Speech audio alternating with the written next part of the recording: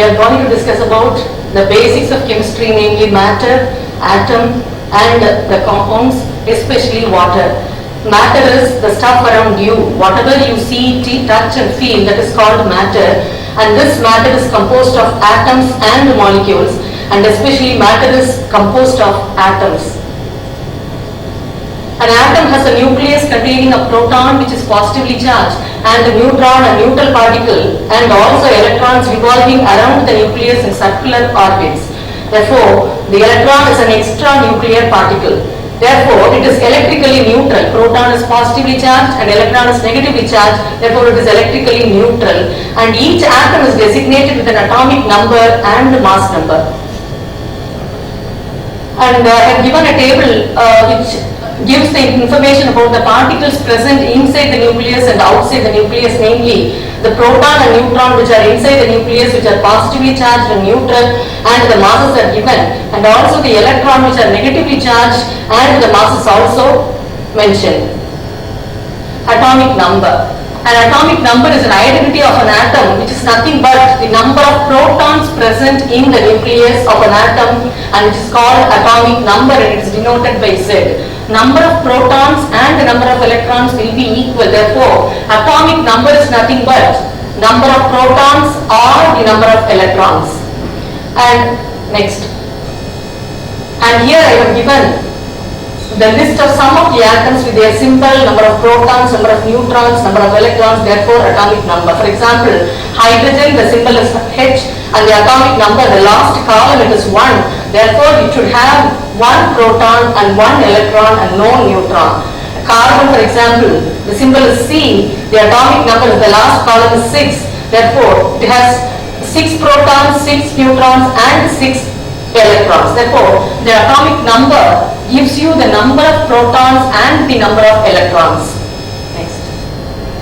Mass number. Mass number is equal to the number of nucleons present inside the nucleus. Nucleons are nothing but the particles present inside the nucleus. And as I have already told you, the particles present inside the nucleus are protons and neutrons. Therefore, mass number of an element is equal to the atomic mass of element, that is equal to the number of protons plus the number of neutrons. And I have given some example for that. Carbon mass number 12, therefore number of protons 6 and number of neutron 6, therefore 6 plus 6, the total is 12, therefore the mass number is 12. And similarly for nitrogen it is 40, number of protons 7 and number of neutrons 7, therefore the total mass number is 7. Similarly for fluorine it is coming to be 19, that is number of proton 9 and number of neutron 10. And the general way of representing an element is this. The chemical symbol should be written, and the atomic number and the mass number are to be represented like this. For example, nitrogen 14, 7. 7 is the atomic number and 14 is the mass number. And there is also another term called isotopes. Isotopes are atoms of same element having the same mass number, but the atomic number will be different. Therefore, they will have similar chemical properties but with different physical properties. Example for isotopes are hydrogen has 3 isotopes and carbon also exists in different forms of isotopes.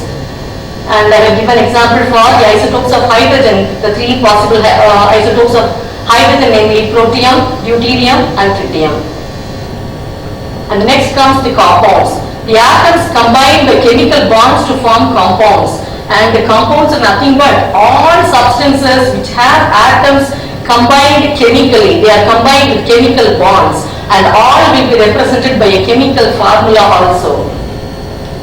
The next important compound we will have to discuss is water, whose formula is H2O. The most abundant compound on Earth's surface, covering 70% of the planet. And it exists in all 3 states of matter, namely solid, liquid and gas. And as we all know, at room temperature, it is tasteless and odorless. And it is said to be a universal solvent because it is the only compound which dissolves maximum number of other compounds. And we can't say it will dissolve all the compounds. There are certain compounds which are not soluble in water also. And it is essential for all life on Earth. And water makes up 55 to 78% of the human body weight.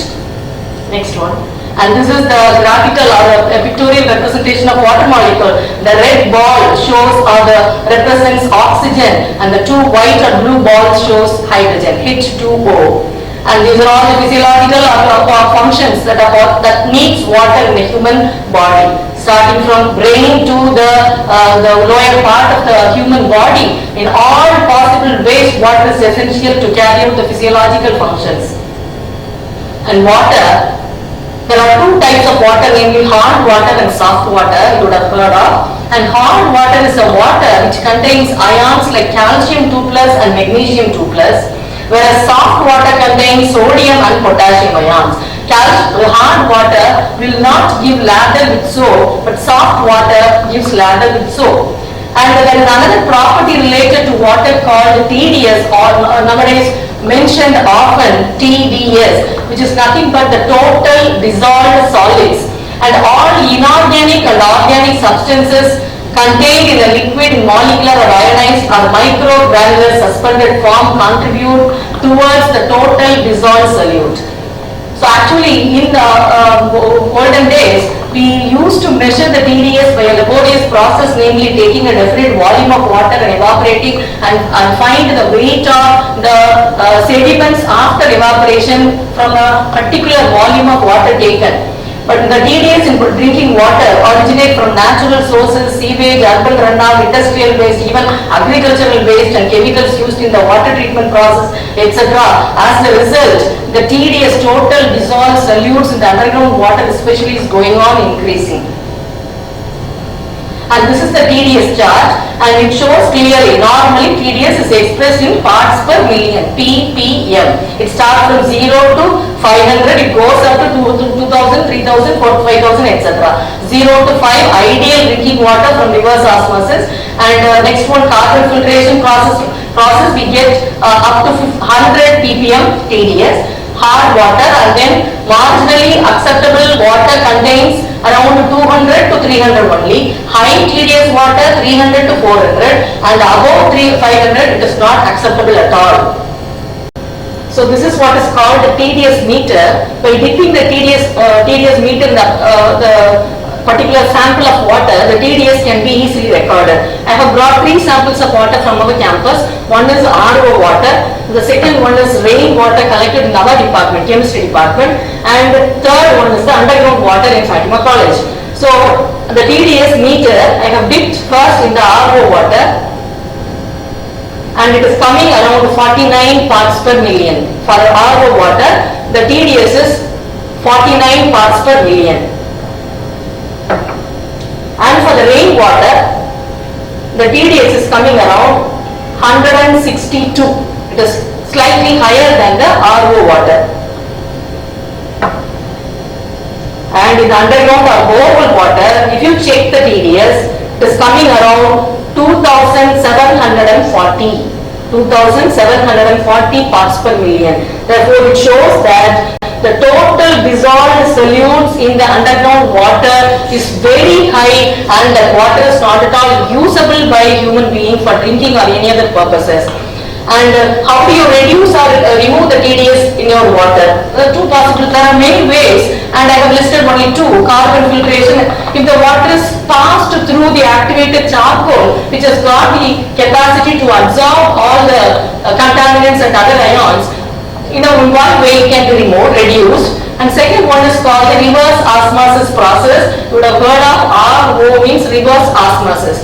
So here the water is allowed to pass through a semi-permeable membrane, so that from a highly concentrated or a water containing more TDS, it is a reverse osmosis process. Water with or a good water with less TDS is coming out.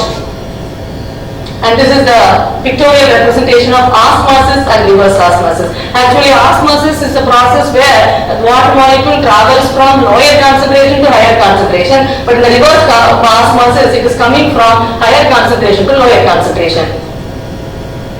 So, it is better to use water with minimum TDS. TDS. The last one is the waterborne diseases, example cholera, typhoid, dengue, swine flu, etc. All those things are called waterborne diseases which are caused by pathogenic microorganisms that most commonly are transmitted in contaminated fresh water. Infection commonly results during bathing, washing, drinking, in the preparation of food or the consumption of food thus affected. Therefore, it is safe to use water with permissible TDS and without microbes to avoid health-related problems. Thank you.